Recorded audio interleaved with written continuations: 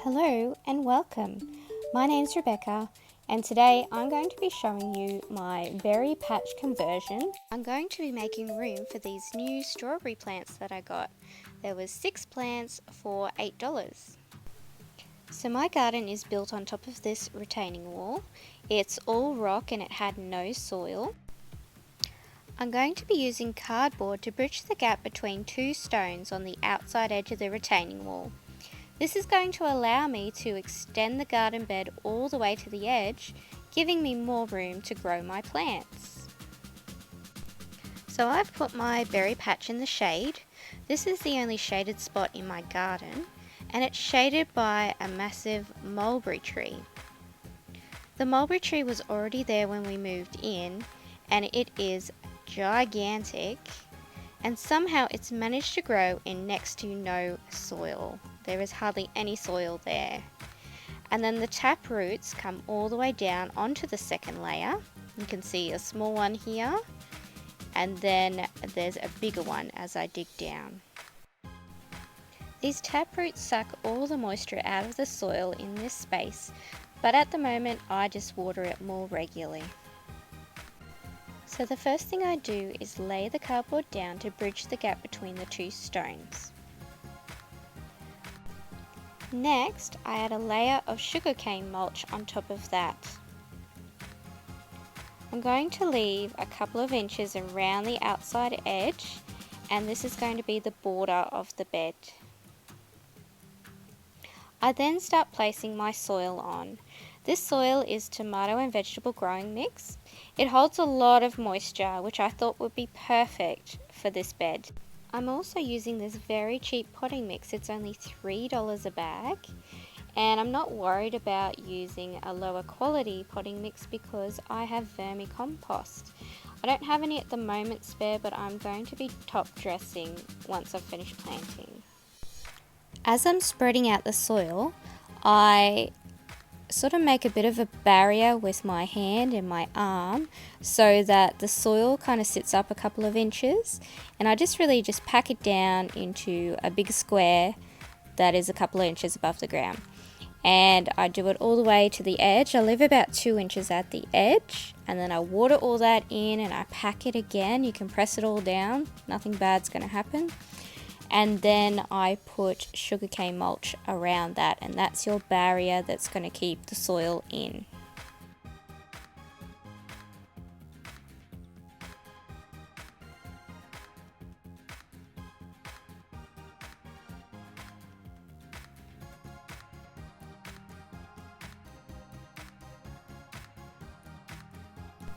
The next step is to stuff as much wet sugarcane mulch as I can into the hole that's the bridge between the 2 rocks.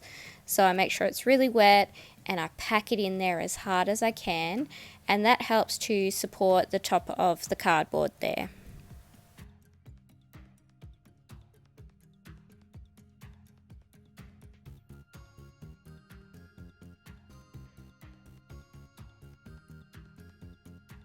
Next, I'm going to make 6 holes for my strawberry plants, and you can see how it's still a little bit dry in those holes. And at this stage, if you have some vermicompost, I would put it in now. I don't have any at the moment, so I'm just going to do it later. I'll dress it on top around the plants. So those are my plants in the holes, and we're just going to, we've got Strawberry Temptations, that's the variety.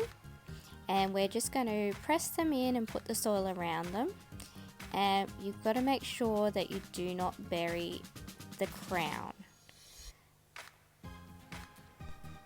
So this is the crown here, where you can see where the leaves are coming out.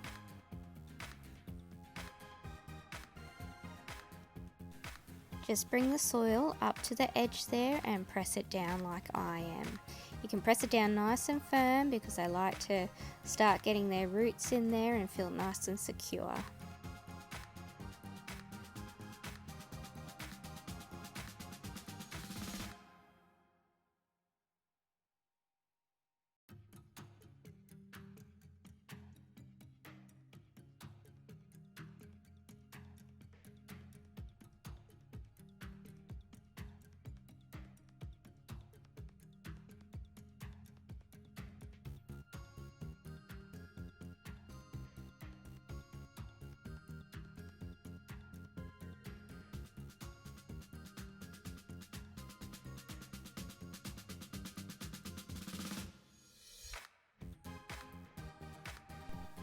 So that's the planting finished, and they look so pretty in my berry patch. And I'm going to give them another water. Can't water too much, as we just saw it was still dry in the holes that we made. I do have the pressure on a little bit too hard. It's from my water tank and it does that sometimes. So you can see that they're bending over a little bit. Don't worry about it, they will stand up again. The next very important step is to put what I call their little blankie on. That's the sugarcane mulch. Now, as I said, don't bury those crowns, so we just gently push a very fine layer up to the crowns. You can see there's even like a little bit of black dirt there, and then make it quite heavy in between, and that's going to keep the moisture. And as the sugarcane breaks down, it creates food for the plants. It creates some nice soil underneath it.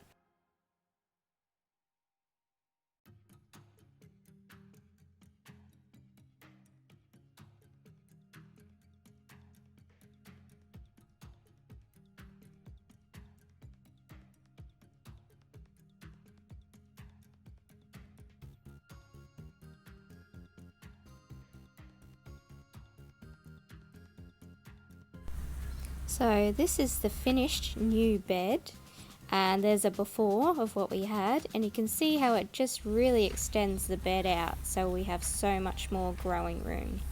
Then we need to give it a really good water again. You can't water too much while you're making your new bed. And also sometimes when you've bought new soil, it's very hydrophobic. You've got to keep watering, keep watering, keep watering. Thanks for watching, and I'll see you next time.